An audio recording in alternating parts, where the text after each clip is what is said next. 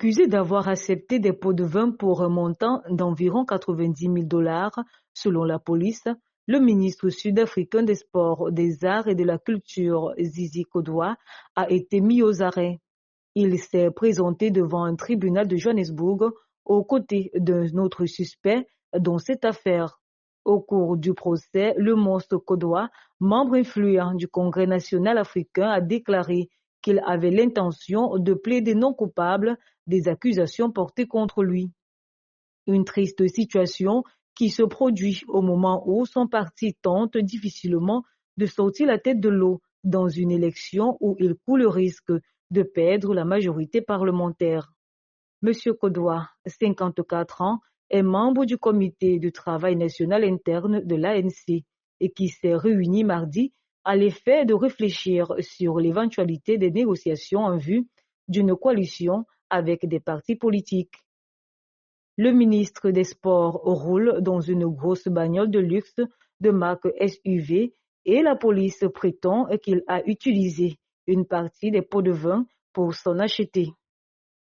Une corruption à grande échelle du gouvernement qui aura poussé une partie non négligeable des Sud-Africains à se détourner de l'ANC lors des élections.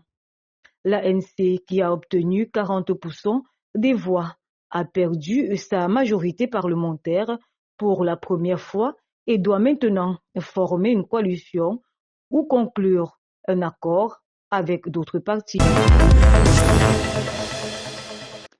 Alors que le parti historique de Nelson Mandela, le Congrès national africain, a obtenu moins de 50% lors des élections à la Chambre basse du Parlement, perdant ainsi sa majorité parlementaire, elle n'a toujours pas pu conclure des discussions avec des partis politiques qui pourraient accepter de former avec lui un gouvernement.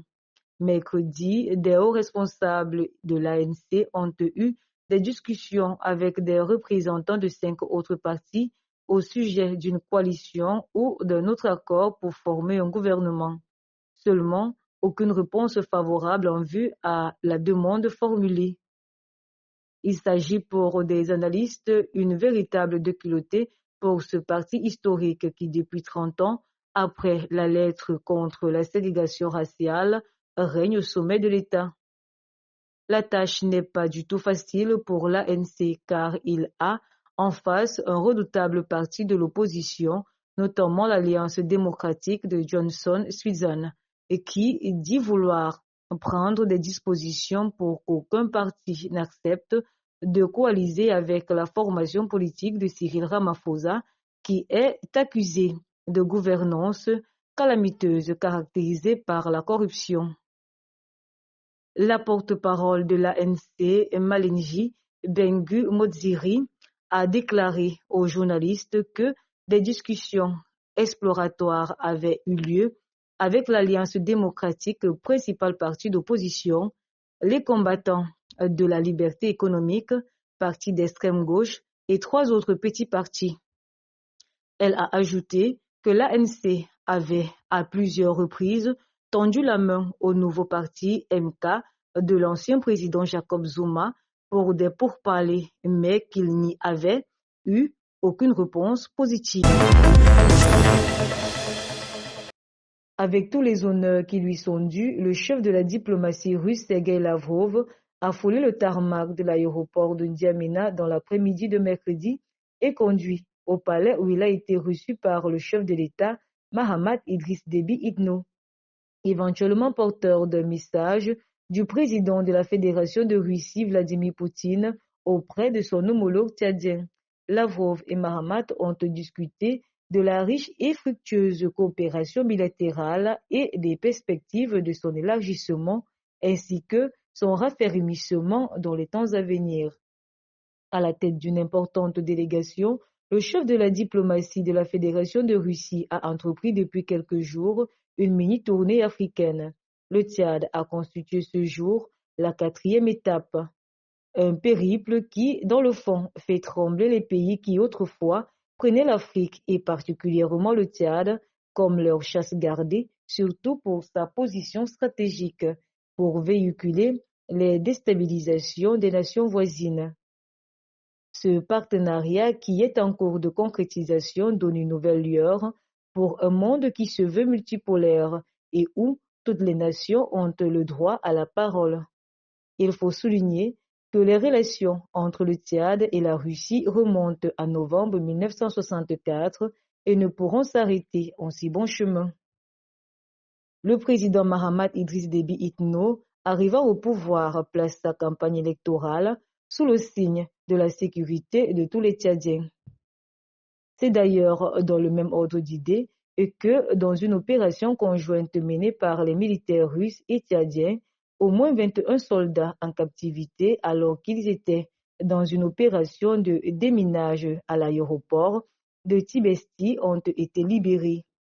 Les ministres des Relations étrangères respectivement de la Russie et du Tchad ont donné une conférence de presse à la fin de la visite, dressant les contours des accords de partenariat qui pourront être dévoilés.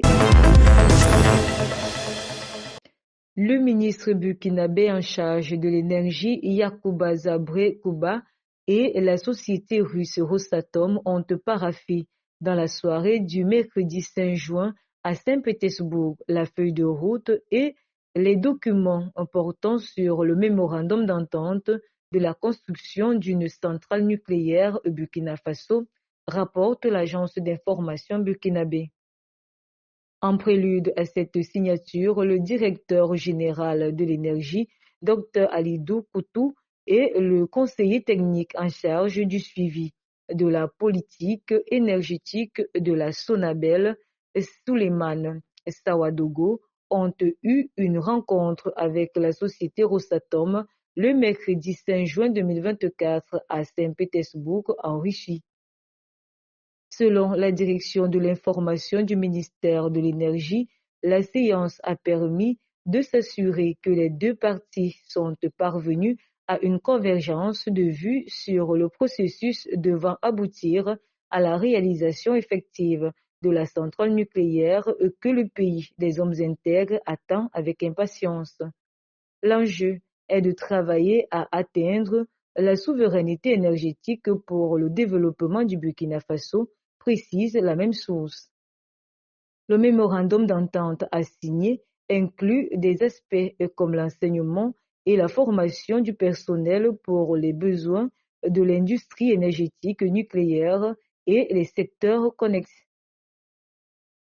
Il y a aussi la sensibilisation du public sur les avantages des technologies et l'énergie nucléaire en s'appuyant sur les médias et les ressources Internet, l'évaluation et le développement de l'infrastructure nucléaire. Un partenariat avec une Russie qui se veut désormais le véritable allié des pays africains pour le développement dans plusieurs secteurs.